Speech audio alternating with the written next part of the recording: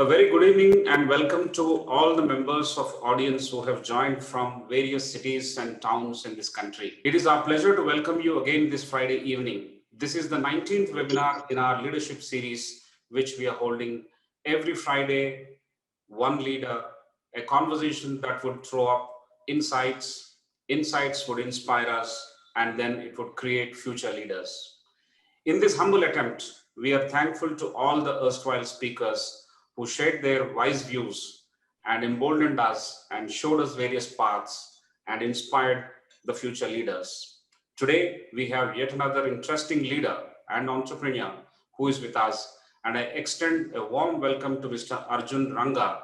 He is the CEO of Ranga Rao and Sons Private Limited, the Cycle Pure Agarbattis manufacturer. Welcome, sir. Thank you so much, Mr. Rao. It's my pleasure to be here. So, ladies and gentlemen, this is the Wise Views interactive webinar series. The 19th one we are kickstarting right away with Mr. Arjun Ranga. And we have a short profile. The topic is going to be the journey of Cycle Pure Agarbattis, which is interspersed by innovation, globalization, diversification, all the lessons that we can learn from the horse's mouth. Mr. Arjun Ranga, the third-gen entrepreneur himself, is available today with us. We are very fortunate to have him. Thank you. The agenda is 30 minutes of discussion, 30 minutes of a presentation by Mr. Arjun Ranga broadly. We can reduce it if required. And then we have another 30 minutes slotted for question and answers moderated by my esteemed colleague, Professor R. Prasad, and myself.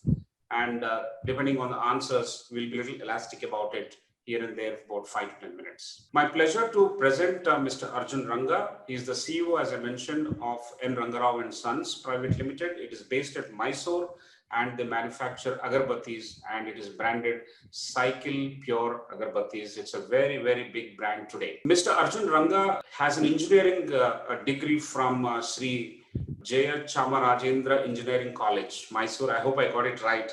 And That's perfect. And an MBA from Thunderbird, USA, Thunderbird Global School of Management, and many certifications in his professional development. He worked on a variety of assignments before taking over the reins of Cycle Pure Agarbattis from his father in the year 2005. Ranga Rao and Sons is currently the only agarbatti manufacturing establishment which has got carbon neutral certification, and their agarbattis are exported to over 65 countries. The last I counted was roughly around 75 countries. But I would love to be updated by Mr. Arjun himself during the talk. Under his leadership, they ventured into new age products like Soul Veda. It's a portal that encourages people to engage with inner spirituality and spread happiness and well-being. They also have another app called Pure Prayer, which connects devotees to divinity, and Pure Puja that supports and imparts guidance on how to actually conduct puja traditions. They also have philanthropic empowerment and education for the betterment of society. And under the NR Group Foundation, they have a memorial residential school for visually impaired girls in Mysuru, which is a very, very important and noble activity that the group is undertaking. It is entirely managed by their family under the name of NR Foundation. So this is roughly about the guest we have today. We are excited for more reasons than one, Mr. Arjun. One is that how interestingly this family of priests have embarked on entrepreneurship. Second, how entrepreneurship, which started as a cottage industry, has grown into more than 1,000 crores business empire today with not just one product, but multiple products. And the third one, how family traditions are successfully kept intact. And the third generation is now taking it forward and multiplying the business and growing and taking it far and wide across horizontal and vertical growth. We are excited for all these reasons, and therefore we have the right person today with us who can throw some light on understanding the secret sauce or the mantras of how it has become such a huge business empire today. And we, on behalf of ICFAI Group, heartily congratulate Mr. Arjun Ranga and his family for building such a large brand, silently, steadily, and religiously, pun intended. Thank you so much, Mr. Arjun Ranga. And now I welcome you to start your presentation. And on behalf of Professor Prasad, who is my colleague, I welcome you. And once you finish your discussion, then we will start off with the questions and answer. Over to you, and thank you. Perfect. Thank you so much, Dr. Rao. Very humbling, introduction as always. I always hope and aspire to live up to the expectations of the billions of people who use our products, and more importantly, our family and the legacy that it has created. Okay, I would now just do a quick presentation of the NR Group, where we are, how the journey of the group began, some anecdotes about my grandfather, the true founder of the family business, and I'll talk about challenges that each generation has faced from a business standpoint and how we manage that. I'll try to finish it in about 15-20 minutes, and then we will go on to the question and answer session. Please feel free to interrupt me at any point of time with questions, because I would prefer it to be more of an interactive session than a one-side presentation. So we are known as the NR Group. NR stands for my grandfather, Sri M.Ranga Rao, the founder of the business. We have the Agarbatti business, which is under his name, called M.Ranga Rao and Sons, which has multitude of brands like Cycle Pure Agarbattis, Lia Air Fresheners, Irish Room Fresheners, Om Shanti Spiritual Products, and so on and so forth. We have a diversification into essential oils under a brand name of Nesso. We have Rangson's Technologies, which predominantly focuses on defense and aerospace. We have Vayada Solar, where we do agri-solar pumps for farmers. We have SenseOut, where we do sensing devices. And NR Foundation is something we're so proud of, which is our non-for-profit charity initiative of the group. I want to just talk about NR Foundation a little bit. In NR Foundation, we primarily do two long-term projects, which is funded by the group. One of them is the Rangrao Memorial School for Visually Disabled Girl Children. This school started about 30 years ago, and the challenges that rural women face, more so if they're disabled, more so if they're visually impaired. So this is a school that is completely run and funded by the family and the business. Started 30 years ago for school children who are visually impaired, predominantly girls, and it's a residential school. Okay? So from first standard to 10th standard, they go through the school, go through the curriculum, and then they get integrated into the main school. We have about 120 girl children now. Hundreds of them have passed through the school. A couple of them have come back and become teachers, and they're doing really well. Apart from that, we have a program called Cycle Unnati, where each and every person in the shop floor, their children's education we support right after high school. Okay, right from first standard straight through to high school. Project Prerapana is something we're working on in the community that we live in, where we're supporting slum children to get rehabilitated and get back to mainstream. Apart from that, socio-economic initiatives of rehabilitating tribal women in rural areas. Gachiroli is one of the major projects that we're working on in Maharashtra. So we do quite a bit of socio-economic initiatives as well. What do we stand for as a group, right? Our core values was defined by my grandfather in 1948, and they have stood the test of time. And this is what defines us. And as a purpose-led brand, we always fall back on our core values to see if we are aligned in the direction that we're heading. Commitment and relationship with all stakeholders, right? This is very important. So you make a commitment and then you hand on to the relationship that you build with each and every stakeholder that's connected to the business as well as the family. Always be differentiated in your products and offerings through constant innovation. The driving word here being innovation. Family business values with professional management. Treat everybody like family. Have a paternalistic approach, but run the businesses professionally. Ethical and collaborative growth. The word here is collaborative. It again goes back to the first value of relationship with stakeholders. You grow, but grow together, grow the community that you're part of, grow your employees with you, take everybody forward. Transparency in all operations and conduct. So we are a very transparent and open organization, seamless and ethical. And ultimately, everything is, depend on the social. To be socially responsible and sustainable is a key value for us. Now, the evolution of the NR group, I'll just talk about now. My grandfather is the true entrepreneur. Okay, he's Sri M.Ranga Rao, comes from a very humble background. If you look at his family history, it's either a Purohit or a teacher. His father was a teacher, his grandfather was a Purohit.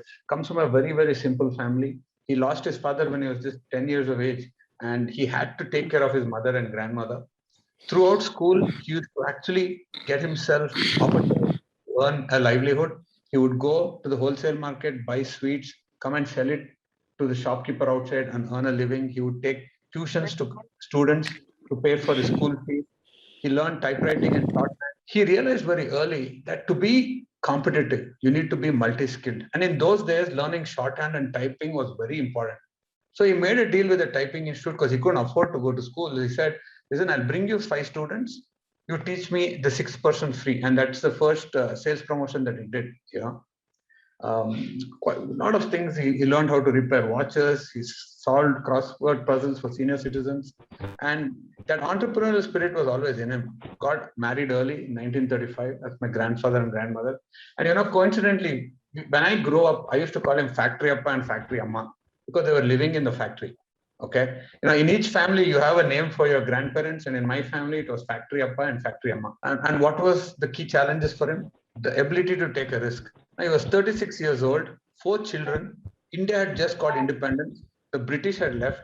He had got a full-time job in Polybeta, but he decided to give up everything, move to Mysore, follow his dream, had the courage to start his own business in 1948. I think, being courageous, believing in yourself is one of the biggest learnings for us, as a group and as a family, to be daring and to trust your instinct and gut and go ahead and do what is required. And that sacrifice that is required to back up your dreams has to be there. And that my grandfather was a true testament to that.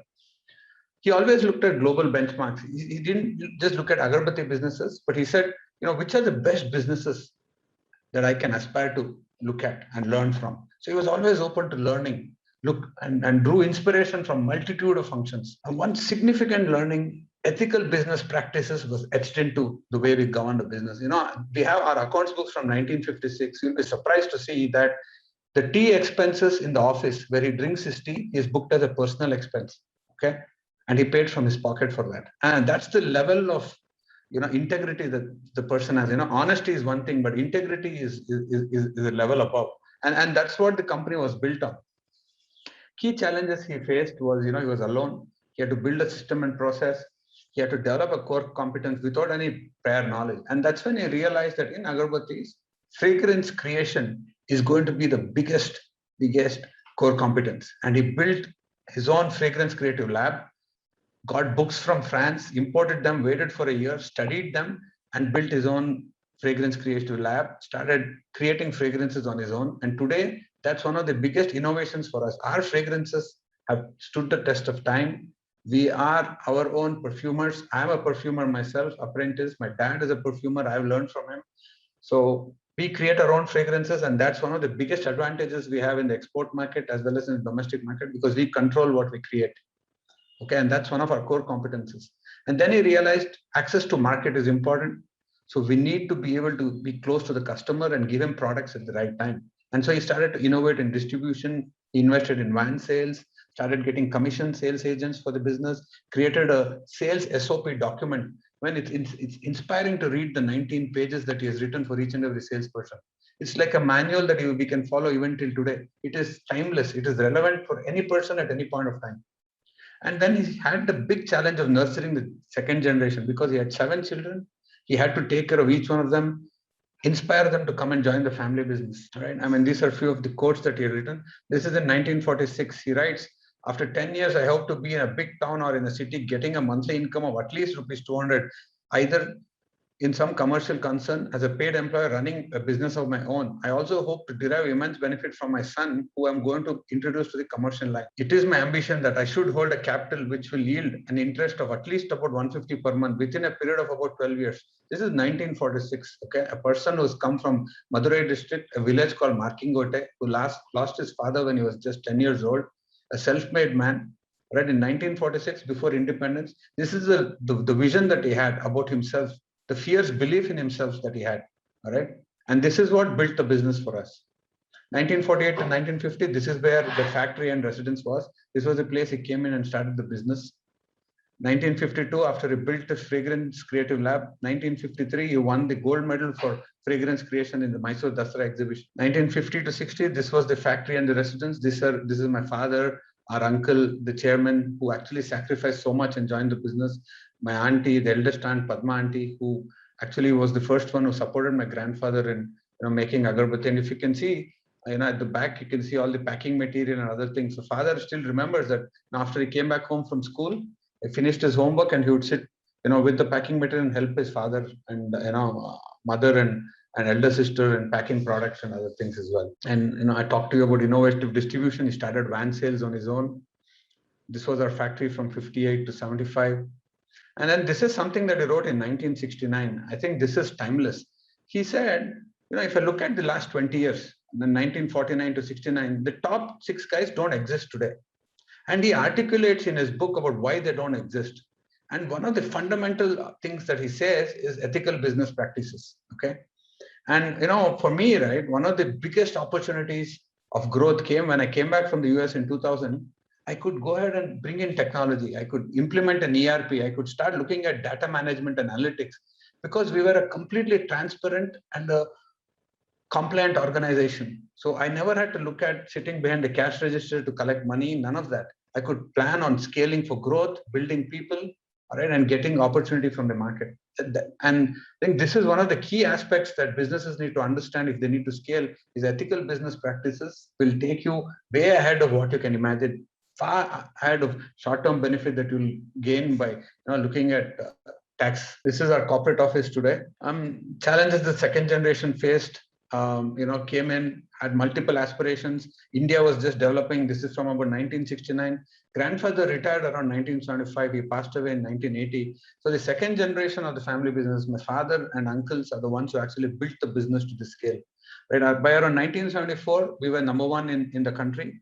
And by the grace of God and all the customers that we have and the team that I am blessed to be working with, we continue to be the largest selling incense brand in India and probably in the world as well today. If you look at the second generation, they always pushed us to look beyond Mysore. They encouraged us to travel, understand the world, look at the global perspective, look at opportunities overseas. They started to professionalize. They built an independent marketing division so the company can start doing FMCG level of distribution.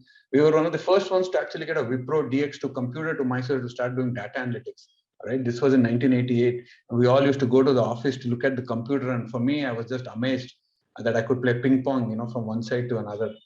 And this was when I was, 10-year-old in 10th standard and looking at a computer, then it used to take half the space of the room. But an Agarbatti company from Mysore was investing in data analytics then. So the actual drivers of growth started, once they started to think beyond Agarbattis, transparency, ethical business practices, all in tune with the core values of the business. They constantly deconstructed and reconstructed business practices, adapting with new ways, new technology. 1992, when liberalization happened and the country started opening up, they started to look at more opportunities of getting raw materials into India that the country had never seen, of fragrance materials and ingredients. Commitment to the consumer was always paramount, always looked at delivering superior value and always keeping up any promise that you make to a consumer. So these things the second generation started to do and started to nurture us in the third generation as well with quality education and also showed us the global opportunity that was available. And then the third generation is us. We came back in 2000. We are 6 of us in third generation. Each of us came back getting qualified overseas, either engineering and then MBA or MS, and then worked outside the family business. Came back and each of us started to manage one of the group companies. I take care of the parent business, which is the Agarbatti business, along with my cousin Kiran, and each of my cousins, we are 6 of us, including me, take care of one of the group companies today. So what does the future hold? And this is always pertinent. Ideas and action are going to be driving the next stage of business. Okay, speed to market and ability to adapt to change will be the key factor. Technology and IT, we all know, I don't even have to tell you how we have become a social species now, and it is going to be the order of the day. But what will always remain is who we are, what is our culture, what are our values, and what is the purpose that is driving us to do what we do. Right? Ultimately, I think we all need to think big, but we have to start small from somewhere. And my grandfather is an example of what one can achieve if he dares to dream big, and believes in himself. Thank you all. And we live in a great country, great opportunity. And each of us need to believe that we can achieve great things. And doing that, please ensure that you give back to society and take the community that you're living in forward as well. Jai Hind. So I'm done, Mr. Sudhakar. I finished it as fast as I can, so you get a high-level gist. We can now move on to the presentations from your side. Yes. Request. Yeah. Great. I think that's an amazing story of the journey from 3 generations that you have presented very crisply. Several takeaways, and all of that I won't be able to summarize right now, but in several questions that we have put together, when the members of audience have registered, they wrote a few questions, and those questions are now divided into clusters. And each of those clusters are these are sequenced in a manner that we elicit very good, useful insights from you. So we will do that after a while. But very important, three issues that we have seen in the presentation currently that you've made. And it's awesome that your grandfather's handwriting is so beautiful. I'm someone myself have fancied that my handwriting is really good. But if I have seen and compared the notes that you have shared now, my handwriting during my childhood was much, much better. And right now I just scribble. But your grandfather during that time, he is, in spite of running a large business, he managed to note down the reflections so well, as late as 1975 also. It was amazing. Second and very important thing that touched my heart is the fact that he wrote an SOP for sales organization. That's an amazing thing. And one would love to actually read that SOP at an opportune time. And if you can let us read that, we'll definitely do that. And it will inspire many, many sales heads in this country who are planning to build their careers in organizations by taking certain cues and lessons from this. And the third and the most important thing is, see, everything will fall in place if you have the ethical dimension very well maintained and leading from the front. Tea expenditure also is paid by oneself and jotted down, and it is displayed and listed, is an amazing step to build the culture of the organization. Everything else would flow from there. I think one word that says it all is integrity. Integrity by the top number one person, and he's leading it from there. It's an awesome, awesome lesson for all of us. Thank you very much for putting together this great presentation. So with those few words, what I'll do now is I will welcome my colleague, Professor R. Prasad. Professor R. Prasad is the director of academic wing. He is the architect of the latest program that we have launched. It is called Online MBA Program. And Professor R. Prasad has 3 decades of rich experience, which he brings to the table, which is inclusive of entrepreneurship, working in corporate, as well as working in academic world. Professor R. Prasad studied engineering from IIT Bombay, and he studied his management from IIM Calcutta. And here we have the architect of online MBA program. I welcome Professor R. Prasad. Please initiate the Q&A session with the first cluster. Over to you, Professor Prasad. Thank you, Professor Rao. Very good evening, sir. It is indeed a pleasure to remember and smell the agarbattis. I used to light them in my cycle brand in my hostel room in the 80s. So there is, so since then the memories are fresh, and the fact that this is a very large group and it comes from a place like Mysore and it has gone to so many other places also reminds us a lot about India and how it is relevant.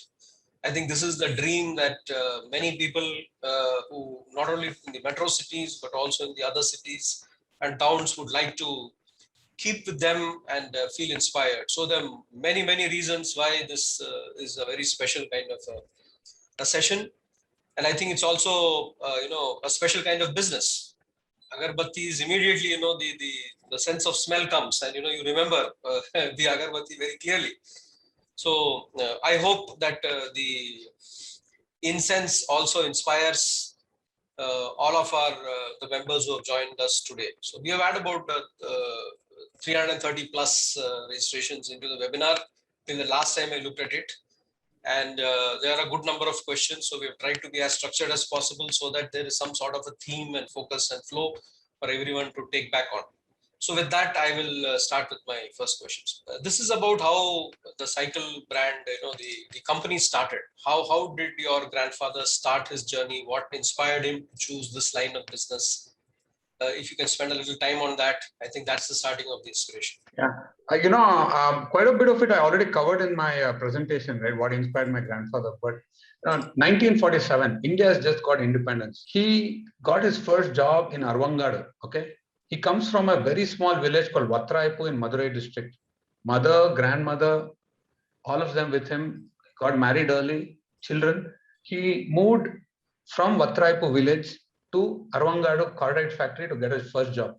Then he got a promotion opportunity. He moved to Coorg, to Polybetar, to Consolidated Coffee Works as a bookkeeper. I moved there in 1945. My father was actually born in Palibata. Three children by then. 1947, my father was born. 1948, India has gotten independence. He gets promoted. He says, this is the time I need to also be free. I need to pursue something that I'm passionate about. 36-year-old moves to Mysore because it's the nearest city. Very spiritual man. He starts the agarbatti business in 1948. Which was the first innovation that he created? I mean, during his tenure, which was the first innovation? Can you spend some time on that? Oh, the whole organization, if you look at the last 75 years, is driven by innovation. First great thing he did is create his own fragrances. The biggest innovation that he did, in those days, in 1950, agarbatti used to be in a tin container. And when he sat down and looked at it, the packaging cost was 60% of the product cost.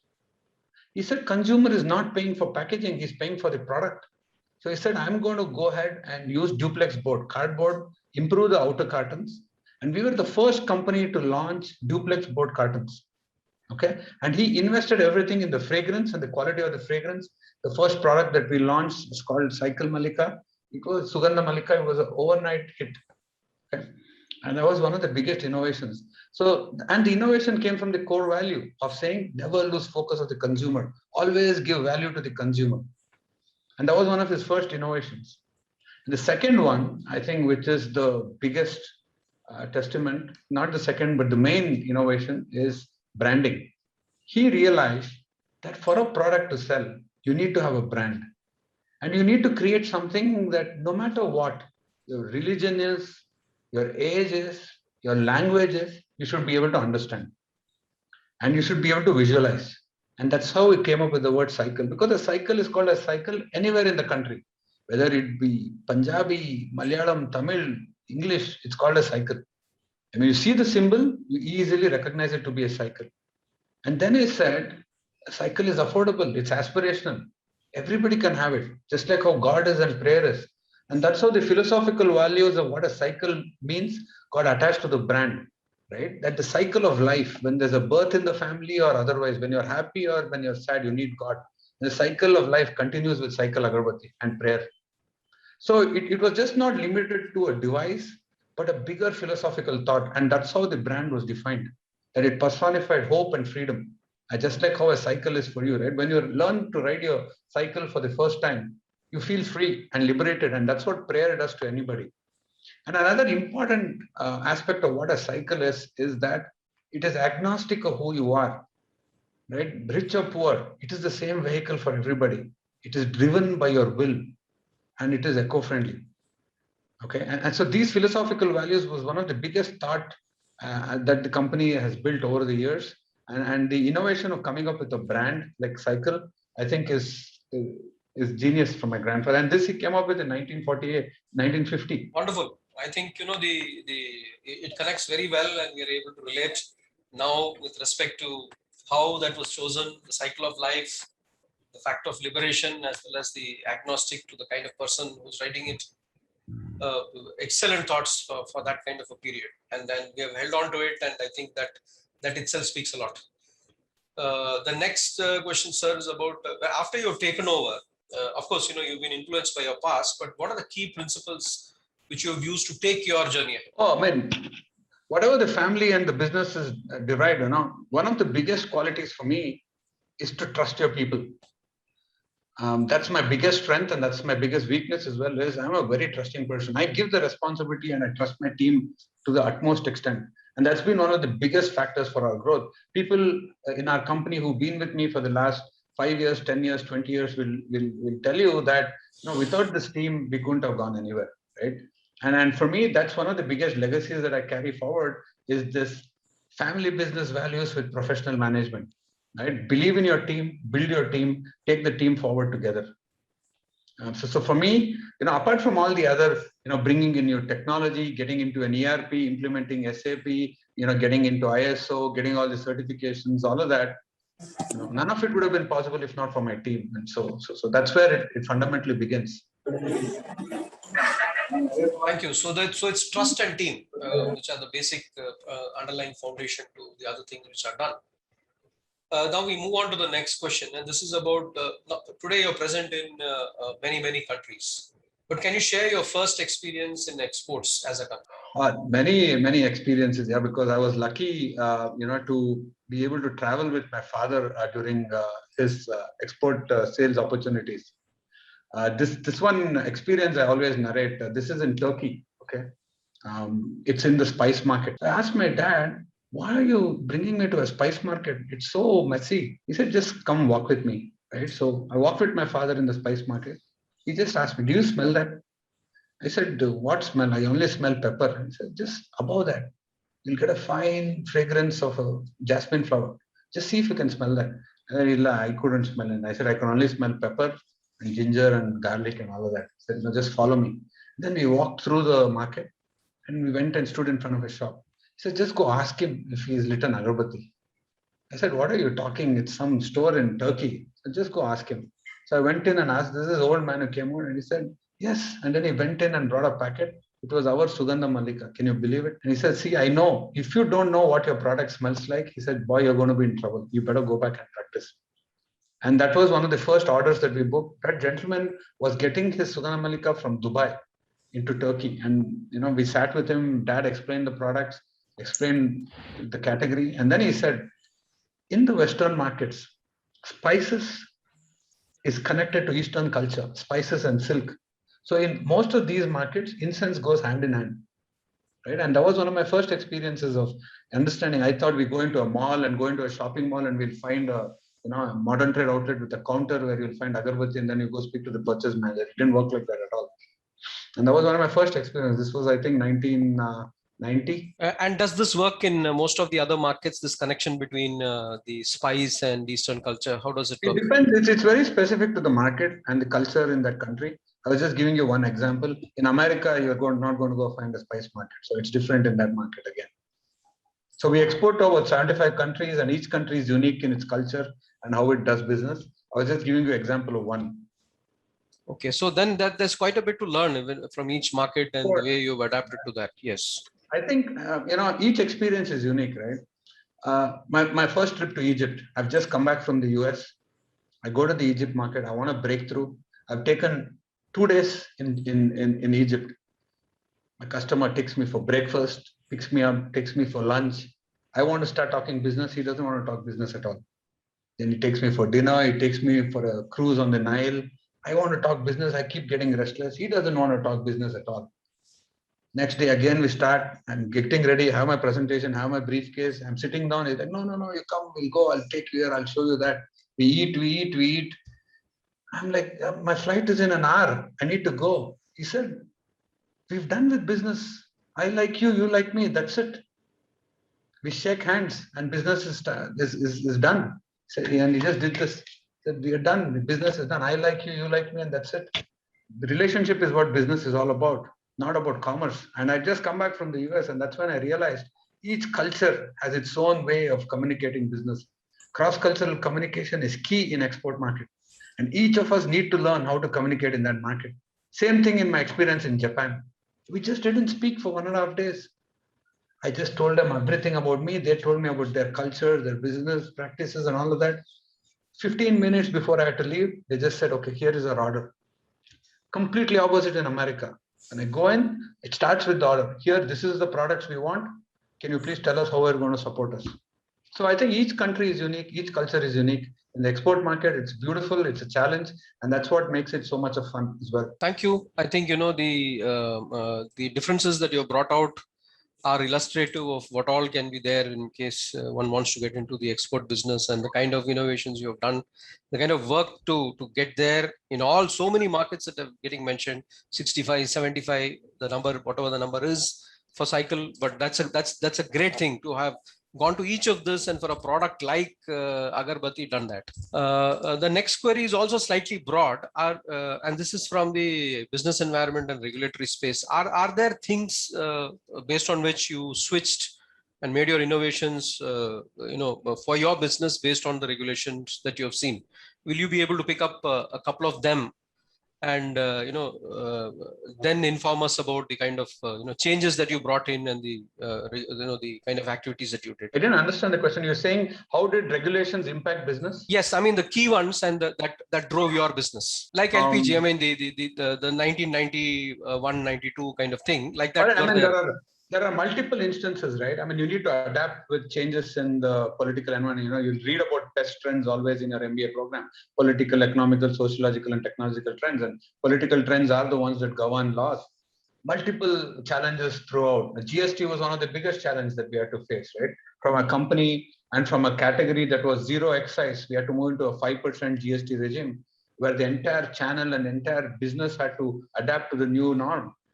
But we looked at it as an advantage. GST gave us the opportunity to become distributed in our manufacturing. So we now have 11 locations close to market. Logistics costs have improved. So GST has been a blessing for us. Our costs are rolled up, and it's a fantastic initiative by the government. So GST is one example. I can write a case study about it. If you look at a country like Brazil, where we had a major challenge when agarbatti got reclassified from a religious product to a cosmetic product because the consumption in that country increased. So we had to completely get into new regulation, registration, get REACH registration, look at environmental compliance, get the product lab tested, certified, change packaging, adapt to new packaging norms, communication on the devices changed. So these are, part of business reality, right? I mean, adapting to change with political laws is something that you have to learn to live with. And you need to look at the advantage with each and every such opportunity.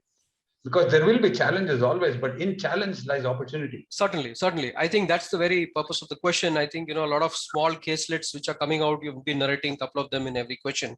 I think that brings out to many of the participants as well as the students of management, the fact that, each case is special, and at the same time that each is, while a challenge is manifest, there is also an opportunity. Thanks a lot for this cluster. I think I'll hand it back to Professor Sudhakar Rao for the next cluster. Thank you, sir. It's been great listening to you. I will now focus on growth. The history of Cycle Pure Agarbattis itself and its growth story is aligning itself with the growth story of India. Somewhere around 1947-48, the entrepreneurial thought has actually come out into the open, and then the organization was born. And somewhere around 91-92, gates were changed by the government of India. So did you. And in the third generation story of your organization, a lot of technology has been adopted. I think it is aligning with the growth story of India. And I would like to now focus on this growth as a module. So the first question here is, for so many years, for 70 years, this organization has been well managed and well run. What are the secret mantras? Because running is one, and then spicing it up with same enthusiasm and same energy levels throughout when different leaders have taken it up. So what were the secret mantras that you see in this organization? Well, I mean, how many ever times I tell you it's not going to be enough. It is with the people of the organization. People make the company doesn't make the people. All right. And what the brand stands for needs to be percolated through the organization.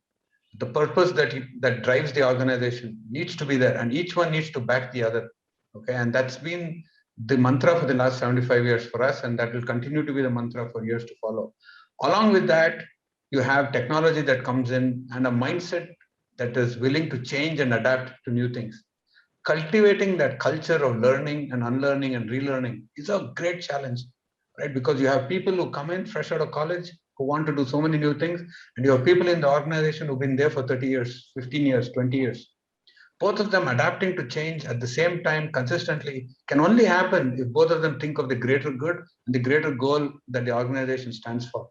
And as a leader, creating that mindset in each and every person in the company remains to be the biggest challenge for me, right? So explain to them what the purpose of the organization is. Why are we the only carbon neutral, zero carbon agarbatti manufacturer in the world? Why do we want to have the least impact on the environment? Why are we so much focused on sustainability? Why are we moving towards zero plastic? Each and every person in the organization needs to understand that this comes at a cost, but that cost that we are investing in is for the betterment of society and ultimately each and everyone in the company. And then we will all work towards the shared vision and the shared goal, right? And that's always been the biggest challenge for me. Awesome.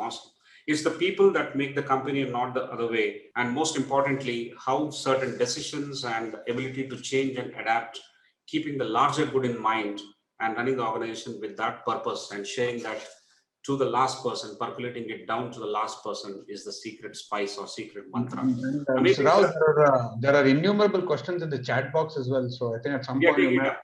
We will take it up and plug in at an appropriate time. Perfect. How do you use online mode of business and to what extent it has helped you? Well, we're predominantly offline FMCG kind of a distributed product, right? You need to understand that the unit purchase price of an agarbatti packet is 10 rupees and the bigger pack is 50 rupees. Logistically, it is not practical to ship a 10 rupee packet or a 50 rupee packet, right? But however, online and social commerce in the last year and a half has seen a huge increase purely because of the current situation. And I think it is here to stay for the long term.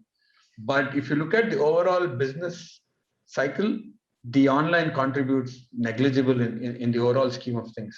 Still, general trade and modern trade are the biggest contributors. Okay, great. So, sir, what has been the role of technology in your growth and success, starting from factory to the consumer process, sales process, and delivery? Yeah.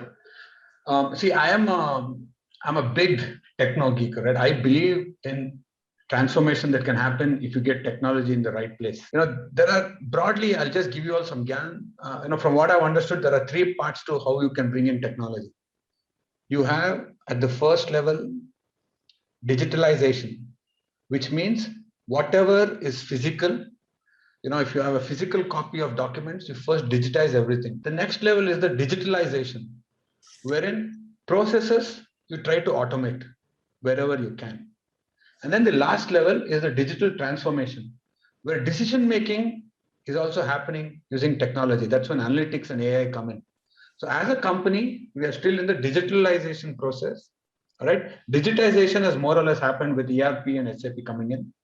Digitalization is still happening, where we are still taking some decisions, all right, using technology, but we're still some ways away. And it all started by integrating our supply chain, integrating our ERP, and then building products around the ERP to be able to cater to different requirements at the endpoints and then plugging it in. Now with blockchain, with analytics coming in, creation of data lakes has become critical. How we manage redundant data, how do we manage data, security, all of that is huge because our transaction volume is innumerable. You can imagine we sell close to 12 billion agarbatti sticks a year, right? That is 6 billion prayers we help fulfill. And my customer requirement is no prayer get interrupted. We need a zero failure rate. When an agarbatti is lit, it cannot stop burning. So that is the amount of data that we capture on the quality side, the amount of information that flows through the system on the sales side. As an organization today, we directly cover close to 700,000 retail outlets with our company sales executives who are on a Salesforce app through 4,000 distributors, and we indirectly cover 15 lakh retail outlets. So we are among the top 20 non-food FMCG companies in India today. So you can imagine the data that's coming in from the front end and from the supply chain, all of which needs to come to one place where our demand planning team can take decisions real time on product supply across the country, right? And this is over and above the export market, which we have, 75 countries that we are exporting to, and we are still a very, very labor-intensive organization where we have close to 10,000 women making agarbattis for us and packing agarbattis for us across the country. So it may look as a very simple, humble product, but there is so much that goes behind delivering that one packet of agarbatti to that outlet where a housewife picks it up, goes home, and prays for the well-being of her children and her family. So yeah, technology is key to accelerate this entire exercise. Amazing. As you rightly mentioned, it looks very simple as a product, but then so much of technology and the muscle behind it to make it actually and also deliver it across so many 700,000 retail directly and 15 lakh, that is 7 lakh to 15 lakh indirectly, is something mind-bogglingly big. Yes, you are a retail giant in that sense. Amazing story about that growth and using technology to manage both the data as well as feedback. Sir, the next question is about as you were rightly mentioning, export is another area of growth. For most of us around the screen, including me, traveling to 75 countries itself is a very big deal. Now, doing business with 75 countries is something unimaginably big. And for a product like agarbatti. And this is something that you have to decipher for us, sir. What are the key lessons for me and for my audience? In most of the businesses, export travel is limited to the owners. Okay. In our case, it is not. So we have a solid team of sales guys, marketing executives and managers who are actually in charge of export markets. I predominantly travel, this is all pre-COVID. Once in 2 or once in 3 years, I would make it a point to meet each and every one of my customers physically one-on-one. Either they would come here or I would visit them. And that is to build a relationship, right? And this is something that my father and uncles realized, that they will be the limiting factor to growth, not the market or the opportunity. And that's when they hired good people to run the export business for us. Again, people makes a difference, like I said, and that's been the key. Another advantage that we had is there is slight nuanced changes in fragrance requirements for each market. Some markets need the fragrance stronger, some need it milder, some need more impact, some need more uniqueness. And the ability to create that small subtle differences in fragrances has been a key factor for our sustained growth in exports as well. And outside of India, it's not the Indians that are the market, it's the locals that are the market. So you need to customize products based on what a Nigerian needs, or an Ethiopian needs, or a Malaysian needs, or an American needs, or a Brazilian requires. So packaging as well as fragrance. Amazing. I think these things actually spur a lot of career opportunities. Perfumery to reading the consumer's nuanced preferences for fragrances. I really don't know. I mean, this webinar will not be able to capture, however, but one is amazed to understand how you have become an ambassador of fragrance, going out from this country to several countries, like as many as 75 today. I'm sure at each interaction level, each time you put a perfume on their nerve and ask them to smell that fragrance, I'm sure that moment of truth, that touch point has made you an ambassador across at least 75 countries. That's a very, very big thing. Awesome, actually. Just to add to what you said, you look at the way agarbatti exports has increased. Now, 2000 was a pivotal point, for the world as well. Now, people started to look for answers. The entire attack that happened, on 9/11, subsequent to that, people looking for answers, a level of insecurity, the way the world changed, and now it's COVID. After that, I think this is the big global impact part. Few things changed after that, right? People started to look for answers and started to think inward. That was one of the times incense and meditation took a giant leap. That is when you'll see a spurt of yoga, you will see a spurt of vegetarianism, veganism, eco-friendliness, green wave. And agarbatti kind of caught that wave around 2002, 2003 with yoga, Ayurveda, Khadi, and then agarbatti. Okay, in the Eastern culture. So you light an agarbatti, immediately that Eastern ambience is created. And I think the Indian agarbatti was right there at the right time. It's just not our company, but every manufacturer from India who competed with China and Thailand and other countries who were making incense, but our agarbatti stood the test of time because of our quality and our fragrances. And today, Indian agarbatti is the undisputed leader in the global market with almost a 90% market share. Indian agarbattis are exported to close to 160 countries, and we are only at 75 today. Amazing, sir. Making sense of incense is the theme that you have built just now. While it is still continuing to trouble me in terms of deciphering the whole thing, I'll ask one small, simple question, sir. What is the next area of growth for you in the company? Is it new products launch, or what kind of additional things that you do? Just at a peripheral level, you can help us understand that. I mean, the opportunity is there. Wherever there is a prayer, I want my brand to be there. And and India has close to opportunity of 80 lakh retail outlets. For us, we are at 15. So it's a growth in width and depth. And like I said, we are in 75 countries, and Indian agarbatti is already in 170 countries, 165 countries. So the opportunity is immense for the product. As long as there's rituals, prayers, and traditions, the product and the brand needs to be there. And we've also now got into beyond just agarbatti, into puja samagri as well. Prayer oils, camphor, so on and so forth. We see that as an opportunity. But where I think the biggest opportunity lies is the adaptation of home fragrancing. So we have a brand called Iris Home Fragrances, which is it's our brand.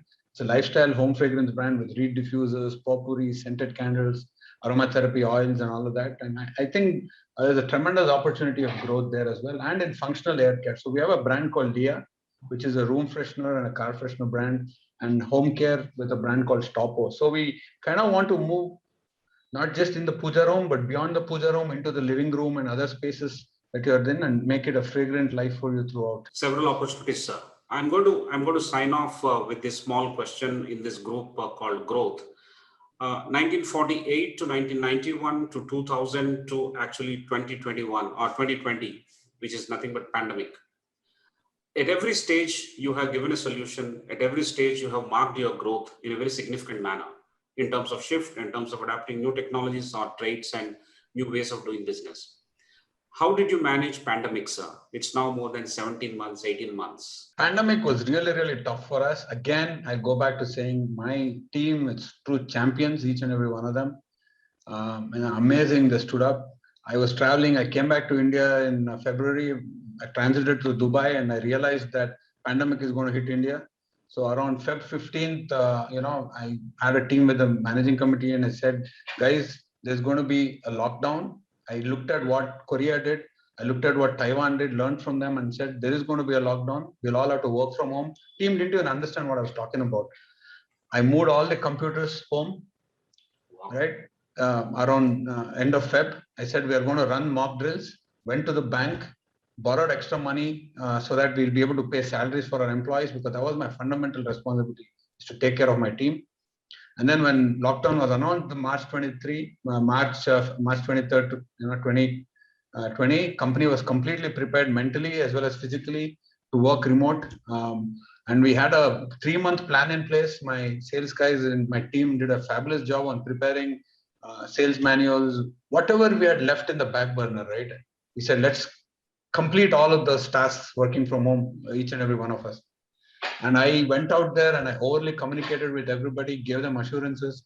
We took COVID insurance for each and every employee, additional COVID insurance, gave them a COVID impressed amount so that they'll have immediate pocket expenses for exigencies.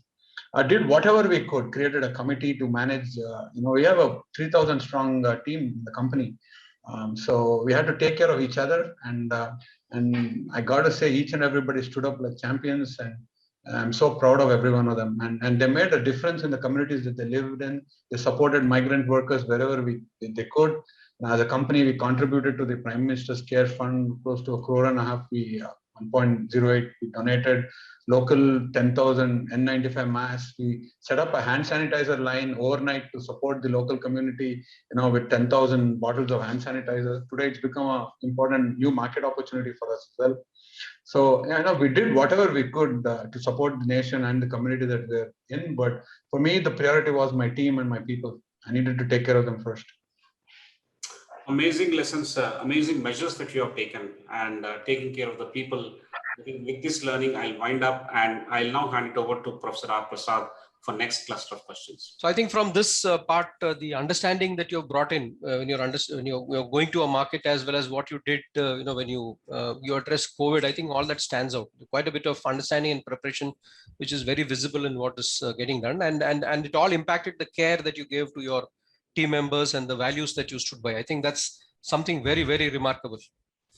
I'll now pick on a question which is there in the chat box. Of course, we have many more questions, but this is part of it you've answered. This is about the kind of customization that you do in international markets.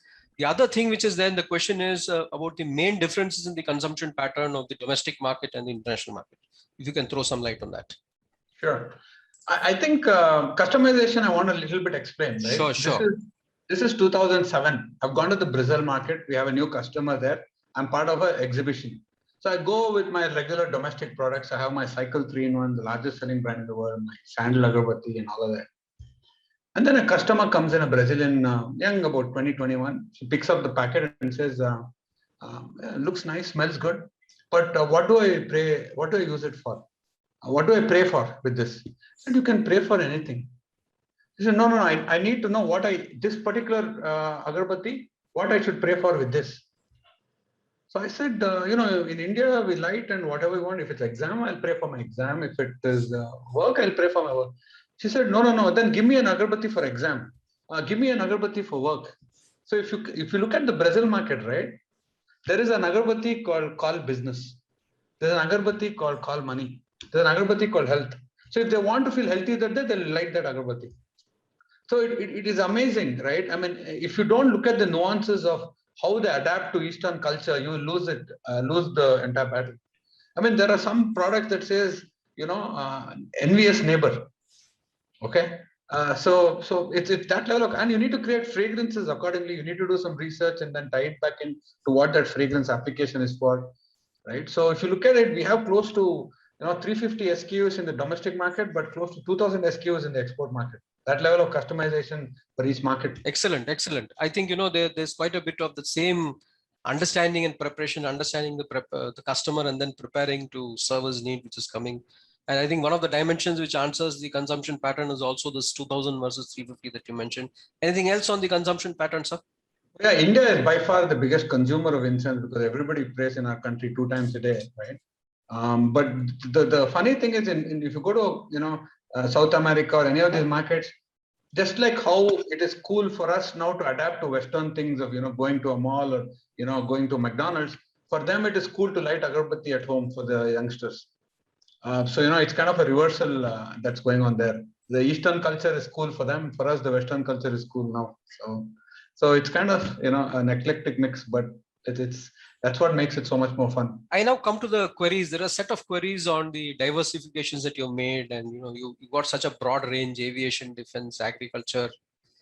So what motivated these diversifications, and what kind of challenges and opportunities did it bring accordingly? I'm blessed, to be in this family that always believed that we need to dream beyond. But there are 2 schools of thought, right? Some people say if you focus and all of you focus on one business, the opportunity to grow is higher. But we believed in collective growth, and we said, let us look at business opportunities that came by. And what we felt is ability to manage a business that is value driven is inert in each and every one of us. And we can always get good quality professionals who have domain expertise. So if you look at avionics, right, cutting edge technologies that we have in our avionics division, but we have the greatest minds working there with us. And my brother Pawan is doing an amazing job of managing that entire ecosystem, right? And as an entrepreneur, that is where the challenge is, identifying the right people for the right opportunity and then building the business that can scale. So any business opportunity that we have looked at beyond agarbatti has an opportunity to grow leaps and bounds. Apart from the essential oil business that we got in, where the herbal extracts business that my brother started, Anirudh, is now growing tremendously. So we started it off as a floral extract company. Today we're into herbal extracts and nutraceuticals and functional foods and all of that as well. So it's not about having domain expertise rather than having expertise in how to run a business. Going through this journey, are there any challenges that you'd like to share with us which are notable, which we need to keep in mind? No, challenges are tremendous in any business here. I think, you face so many hurdles, but one of the biggest strengths that you can have is a family that you can depend on, a group that you can share your, issues with, that can help solve, and have the courage that there is somebody standing with you at all points of time. Like I said, this is an example I give always. There are 30,000 people dependent on every decision I take. But I also gain strength in knowing that these 30,000 people will back me no matter what. Okay. So challenges will always be there in any business, in any profession, any occupation. And you need to learn how to face it, adapt, and move forward and look at every challenge as an opportunity. Thank you. I think what you've just said is that, while the challenge is there, it is more important to focus on how you're going to handle it. And then in your case, it's the family and it's the courage that you've displayed as well as your team, which you're responsible for, which have helped you to get across them. Thank you. I think the next question is about competition, and that there are organizations like ITC which are entering the field, and also that consumer tastes are changing. So in your view, what is the impact of competition, and what has been your response to it? One of the queries also related to about consolidation of the industry. What are your views on these? No, competition is good. Healthy competition is always encouraged. competition ensures that you deliver constantly to the customer. The end consumers, value will always increase if the competition is healthy. I think I believe in a good, healthy competition all the time, and it has really helped us improve as well. If you look at the way we've evolved, we had, in the early 2000s, Hindustan Lever entered agarbattis, Reckitt Benckiser entered agarbattis, Nirma entered. Today, Ujala is also making agarbattis. Godrej have entered agarbattis in a small way now. ITC have been there in agarbattis since 2000. So yeah, competition is good, and in this industry, there are a few challenges that you need to remember. That the industry is highly fragmented. There are very, very strong local players throughout the country. And there is no economies of scale in this industry. The bigger you get, it doesn't get cheaper, like many manufacturing organizations. The costs also increase. So you need to have a very lean supply chain. You need to be able to manufacture it just in time. You need to be able to be very cost efficient in this business. So these are challenges that bigger companies sometimes face as multinationals, right? Which smaller companies are able to manage that are owner driven. So these challenges exist. And for us, our core competence remains fragrance creation. And all of these guys don't create their own fragrance. They buy their fragrance from people who create fragrances for soaps to detergents to everything else. And that's been one of the biggest, advantages for Indian agarbatti manufacturers. But competition is always good, and everybody has brought in new things to the business whenever they've come in, and new opportunities as well. Thank you. I think you addressed the question about the competition and also how you've handled it, which includes two key points. One is about the fact that since it's family driven, the way you handle your supply chain as well as the costs can be very different from how the others do it. And the second is about your core competency of the fragrance, which is not there with the others. The next query, sir, is related to the kind of geopolitical changes, trade wars, and will they have any impact on the short term as well as how players in your industry will respond, how you will respond? Is there any China effect in this? Oh, definitely. Geopolitical plays a very, very key role in any business that is, multinational, right? Beyond one country. Look at a country like Sri Lanka, for example. Non-tariff barriers are one of the biggest challenges for growth. Sri Lanka has a import duty of 1,000 rupees per kilogram. So virtually anybody from India can't sell in Sri Lanka. You need to set up something locally. The challenges are there in Bangladesh. If you want to go to any of the East African countries, there's a huge currency crisis happening. So geopolitical scene is there across, and that's where the opportunity also lies, right? And smarter organizations learn how to adapt to it. Smarter companies across the country are managing geopolitical change globally. In India, I think the new Atmanirbhar movement is something that is going to be one of the great pivotal points of this country, where what we have to understand, Atmanirbhar Bharat does not mean you make everything in India. Don't look at creating world-class products. I think what Atmanirbhar Bharat to me means is create world-class products in India that can be globally competitive, no matter what, right? And I think the direction that the country is taking is fantastic in that regard. No matter what, you need to be able to be globally competitive, okay? And that's what I think, I believe every country is trying to achieve as well.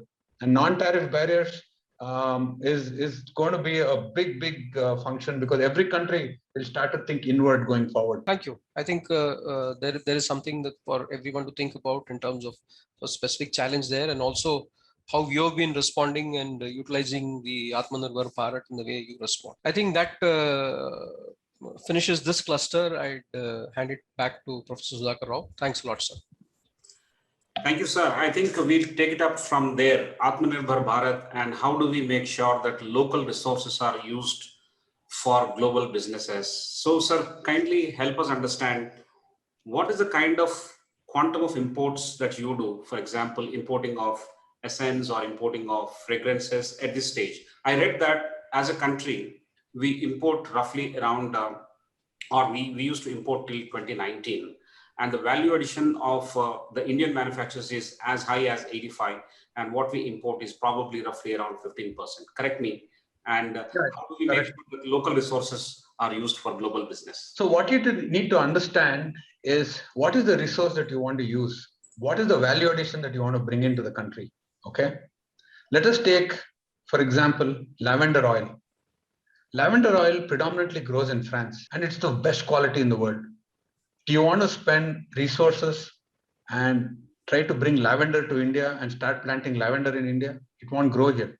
What do? Do you stop using lavender because it has to come from France? But then you want to be globally competitive because you are actually competing with everybody else in the world in the global market. So you need to see what you're good at, not move away from your core competence. Build on the resources that you already have in the country and leverage on your competitive advantage. That's what Atmanirbhar Bharat means. Don't try to discover something that does not exist, but build on your core competence. Now, this is something that I strongly believed in because I was bombarded with questions, during the entire China crisis 3 years ago. When people kept saying that American businesses are moving out of China, they're saying, which business are you going to grab?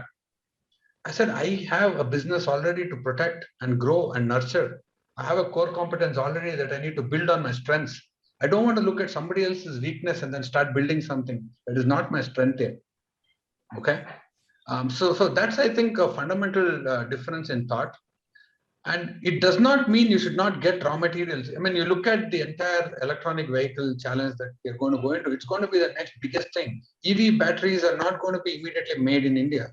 Solar cells, for example, you look at chip fabs, no semiconductor is made in India. Does that mean we should all stop using cell phones because the chips are not made in India? No, that's not the thought process at all. So how do you become globally competitive, create the best quality products using Indian minds, Indian technology, and take it to the next level?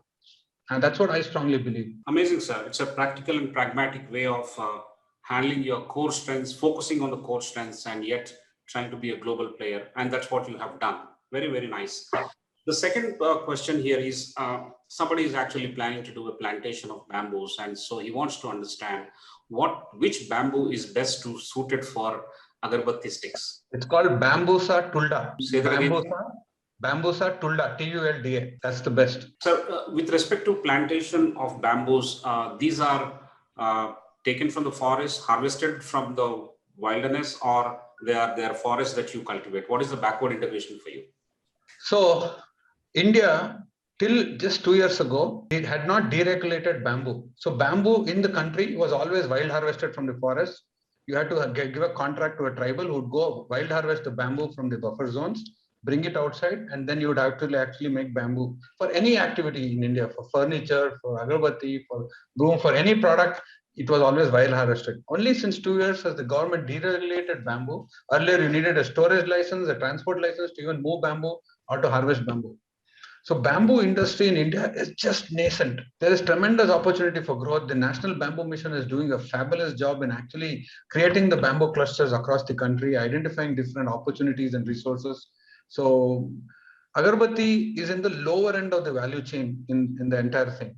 Okay, but there are so many other business opportunities like bamboo tiles, bamboo furniture, bamboo toys that will see a huge spurt of growth in India going forward as well, because it's only now that bamboo can be looked at as a cultivation crop.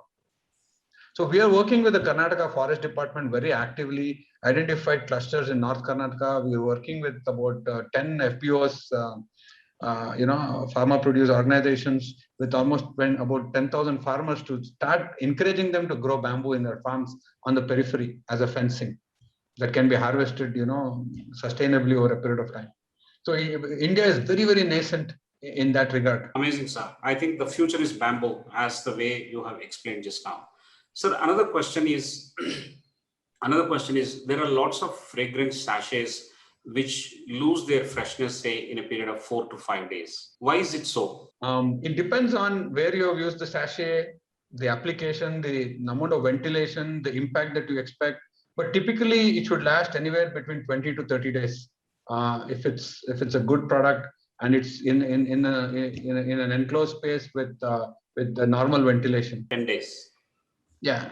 No. 20 to 30 days. 20 to 30 days. Amazing. Yeah. Do we have smokeless agarbatti, sir? And it's not called an agarbatti. It's called something else.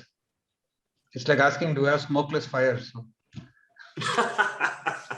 Then it's not fire, no, it's just a log.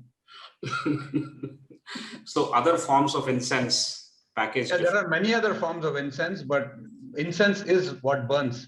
agarbatti is, burning stick. So that's what it means.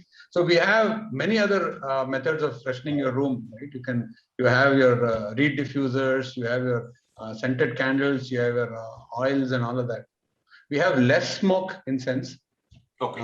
but zero smoke is not possible. Then it's not agarbatti. Great, sir. Thank you. That's a big learning for us. Sir, how does your company manage the issues arising out of the common ground between health and incense? Well, we follow all the international guidelines, the WHO norms for indoor air management.